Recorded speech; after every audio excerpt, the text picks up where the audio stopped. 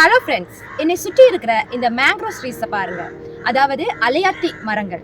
பொதுவாகவே இந்த அலையாத்தி மரங்கள் கடலோரங்கள்ல இருக்கிற சதுப்பு நிலங்கள்ல உப்பு தண்ணியில மட்டும் வளரக்கூடியதாக இருக்கிறது.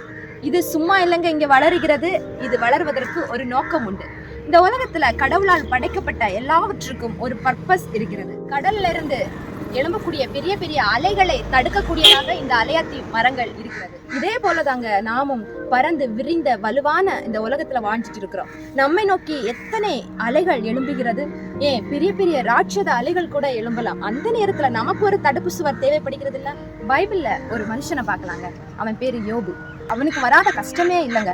அவன் தன்னுக்கு இருந்த எல்லாவற்றையும் அவன் இழந்தான். அந்த நேரத்திலும் அவன் தேவனை மறக்கவும் இல்லை, அவரை வெறுக்கவும் இல்லை. அதனால தேவன் அவனுக்கு ஒரு அரணாக, பாதுகாப்பாக, ஒரு மதிலாக அவருடைய பிரச்சனைகளின் மத்தியிலும் அவர் இருந்தார். எப்படி இந்த மேங்க்ரோவ் ட்ரீஸ் எந்த பகுதியில வளருகிறதோ அந்த பகுதியில மட்டும்தான் அதனால அலைகளை தடுக்க முடியும்.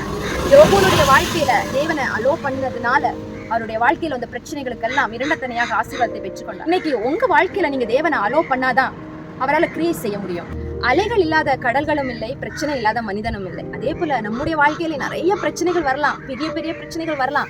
அந்த நேரத்துல நம்ம கர்த்தரை நம்முடைய வாழ்க்கையில அலோ பண்ணோம்னா கண்டிப்பா அவர் அந்த பிரச்சனைக்கு ஒரு மதிலாக, ஒரு அரணாக, ஒரு பாதுகாப்பாக அவர் இருப்பார். ஆமாங்க, இயேசு கிறிஸ்து ஒரு அழகான ஒரு வசனம் சொல்லுகிறார்.